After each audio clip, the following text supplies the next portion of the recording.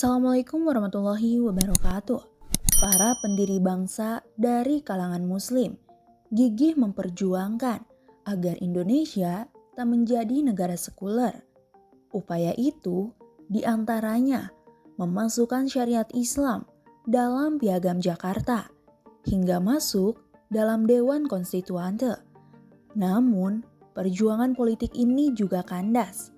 Peliknya, perjuangan umat Islam di jalur politik dirasakan betul oleh Kasman Singodimedjo. Mr. Kasman Singodimedjo dalam pidatonya di forum sidang perdana Dewan Konstituante tertanggal 2 Desember 1957 mengungkapkan tentang hal tersebut. Saudara Ketua, satu-satunya tempat yang tepat untuk menetapkan Undang-Undang Dasar yang tetap dan untuk menentukan dasar negara yang tentu ialah Dewan Konstituante ini. Justru itulah yang menjadi way out daripada pertempuran sengit di dalam panitia persiapan kemerdekaan Indonesia yang telah pula saya singgung dalam pidato saya dalam pandangan umum babak pertama, kata Kasman Singodimedjo. Seperti yang ditulis oleh Arta Wijaya dalam kisah Kasman Singodimedjo dan terhapusnya Piagam Jakarta. Melalui pidatonya dalam sidang tersebut, Pak Kasman Singodimedjo mengingatkan dialog yang alot soal dasar negara dalam panitia persiapan kemerdekaan Indonesia tanggal 18 Agustus 1945. Saat itu, wakil nasionalis sekuler berusaha dengan mati-matian melobi para wakil Islam, terutama Kiai Bagus Hadikusumo. Dalam dialog yang tak kunjung menemukan titik temu, Soekarno dan Muhammad Hatta melakukan berbagai manuver.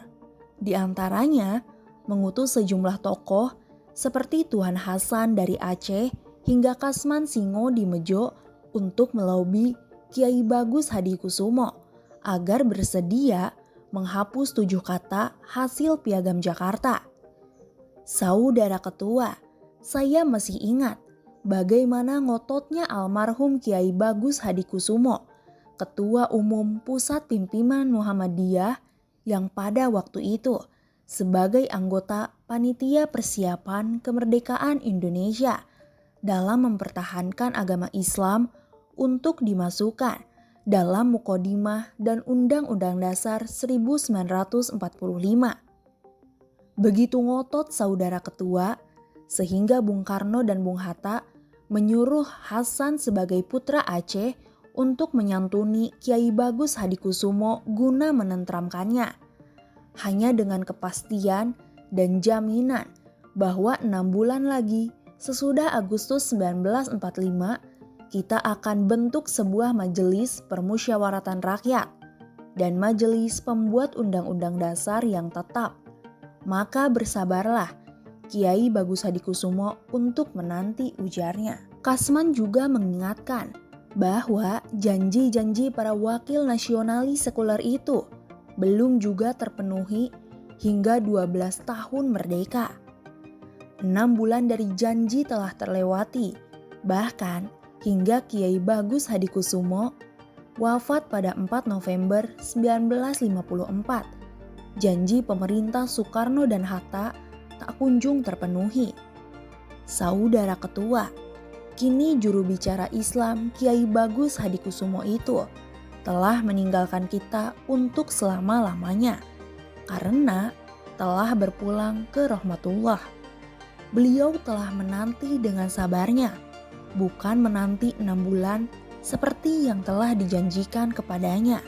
Beliau menanti sampai dengan wafatnya, tutur Kasman Singodimedjo. Arta Wijaya juga menuliskan bagaimana gaya lobi Pak Kasman Singodimedjo dalam meyakinkan Kiai Bagus Hadikusumo. Berikut merupakan kutipannya. Kiai, di dalam rancangan Undang-Undang Dasar yang sedang kita musyawarahkan hari ini, tercantum satu pasal yang menyatakan bahwa 6 bulan lagi nanti kita dapat mengadakan Majelis Permusyawaratan Rakyat justru untuk membuat undang-undang dasar yang sempurna. Rancangan yang sekarang ini adalah rancangan undang-undang dasar darurat. Sekilas Dewan Konstituante. Anggota Dewan Konstituante merupakan anggota yang dipilih dalam pemilu yang berlangsung pada 15 Desember 1955. Selanjutnya, pada 10 November 1956, Presiden Soekarno meresmikan Dewan Konstituante. Pada masa itu, tugas berat Dewan Konstituante ialah menyusun konstitusi negara yang saat itu ada 3 gagasan utama, Pancasila, Islam, dan sosial ekonomi. Hal ini merupakan kesimpulan yang ditarik berdasarkan 3 kelompok besar dalam Dewan Konstituante, seperti diungkapkan oleh Lukman Hakim dalam Merawat Indonesia.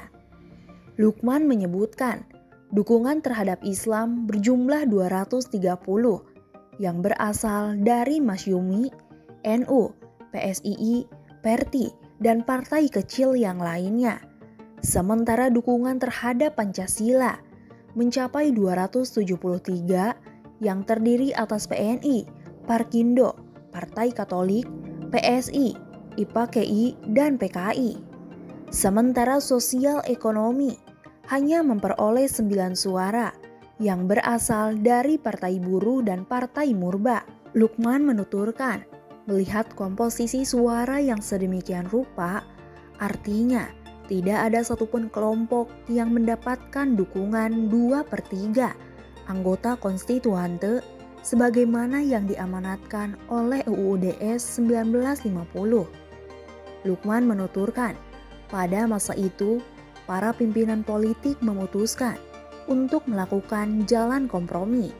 Setahun kemudian, tepatnya pada 11 November 1957, dibentuklah Panitia Perumusan Dasar Negara. Panitia tersebut terdiri atas 18 anggota yang terdiri atas Emin Sastra Prawira, Haji Hussein Sastro Sudarmo, Kiai Haji Sukri, Kiai Haji Mashkur, Asdarta, Ahmad Asrawiyanata, JCT Simo Rangkir, Amin Laengke, Ben Mang Rengsai, Sultan Takdir Ali Syabana, Firman Syah, Baheraman Syah, ST Indra, Kuasini Sabil, Oi Tat, Samzu Harja Udaja, Sajogaya Harja Dinata, dan Mado Miharna. Panitia tersebut dalam laporannya dalam rapat paripurna 6 Desember 1957 menyampaikan 5 kesimpulan penting. Di antaranya, kesimpulan-kesimpulan tersebut ialah pembentukan panitia ad hoc. Agar dibentuk suatu panitia ad hoc, maka panitia kompromi terdiri atas tokoh-tokoh pembela dasar negara Islam dan Pancasila yang masing-masing 5 orang mempunyai tugas mencari suatu perumusan yang dapat menampung segala keinginan dari dua belah pihak. Misalnya dalam bentuk nasionalisme, religi, dan sosialisme, sehingga usul dasar negara sosial ekonomi tertampung juga, ujar Lukman.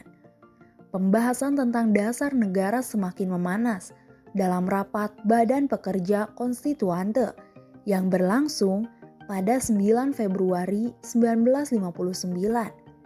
Dengan semakin mengerucutnya suara yang terdiri atas 2 kelompok, yakni kebangsaan dan Islam, yang masing-masing didukung oleh 99 suara dan 82 suara. Belum tuntas kinerja Dewan Konstituante pada 5 Juli 1959. Presiden Soekarno mengeluarkan dekret presiden. Dalam dekret tersebut, Dewan Konstituante dibubarkan secara paksa. Fakta historis tersebut diungkapkan oleh Adnan Buyung Nasution dalam disertasinya. Saya justru menemukan dan membuktikan bahwa konstituante tidak gagal, tetapi digagalkan. Adnan Buyung Nasution dalam disertasinya tentang konstituante di Universitas Utrecht, Belanda. Lukman dalam kesimpulannya menyebutkan bahwa intervensi dari luarlah yang akhirnya membuat konstituante gagal menuntaskan tugasnya. Bahkan pembubaran dari konstituante dilakukan di masa reses Dewan Konstituante. Di tengah jalan dipotong dengan suatu dekret presiden, dan dalam hal ini terjadi intervensi dari luar, bukan karena konstituante yang diketuai oleh Mr. Wilopo. Hal itu tidak macet atau deadlock seperti yang dituduhkan, ujar Lukman. Konstituante sedang masa reses, akan bersidang kembali, tetapi didahului satu intervensi dari luar, begitulah faktanya, pungkas Lukman. Bagaimana menurut kalian? Tulis pendapat kalian di kolom komentar.